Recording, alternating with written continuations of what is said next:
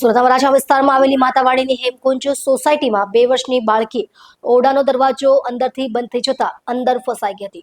Surat fire બ્રિગેડની ટીમે ઘટનાસ્થળે પહોંચી અને કોઈ પણ બારી કે દરવાજો તોડ્યા વિના માત્ર 5 મિનિટમાં બાળકીને સુરક્ષિત બહાર કાઢી પ્રશંસનીય કાર્ય કર્યું હતું.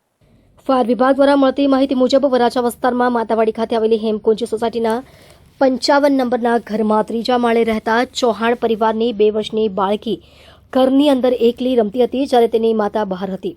રમતા રમતા બાળકી અચાનક ઓરડાનો દરવાજો અંદરથી બંધ કરી દીધો હતો, જેથી તે અંદર બંધ થઈ ગઈ હતી. દરવાજો બંધ થતાં બાળકી રડવા લાગી, જે સાંભળી માતા ગભરાઈ ગઈ અને સહાય માટે ચીસો પાડવા લાગી. માતાની ચીસો સાંભળી આસપાસના લોકો ઘટનાસ્થળે એકઠા થયા અને બાળકીના પિતાને જાણ કરાઈ, જેમાં ભેગા થયેલા લોકોએ બાળકીને બહાર કાઢવા દરવાજો તોડવાનો પ્રયાસ કર્યો, પરંતુ તેમાં તેઓને સફળતા ન મળી.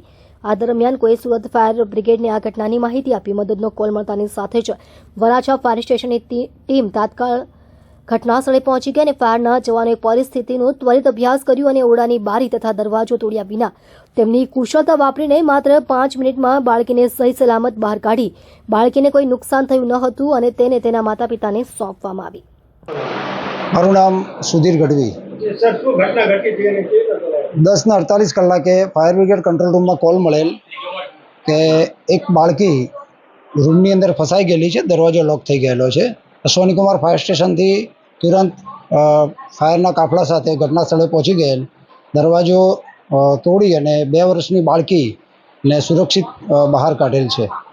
માતા પિતાને શું સંદેશો આપશો? ઘણા બાળકો આવી રીતે ફસાઈ જતા હોય છે. ઘણા બાળકો, નાના બાળકો જે છે એ આવી રીતે ઘરમાં એકલા હોય અને રમતમાં દરવાજા અંદરથી બંધ કરી દે છે. તો માતા પિતાને એટલો સંદેશ છે કે બાળકને એકલું મૂકવું નહીં. જો એકલું મૂકે તો અંદરની સાઈડથી દરવાજો પરમેનન્ટ જે એનો કડી છે એમાં તાળું મારેલું રાખે, જેથી કરીને દરવાજો લોક થાય નહીં.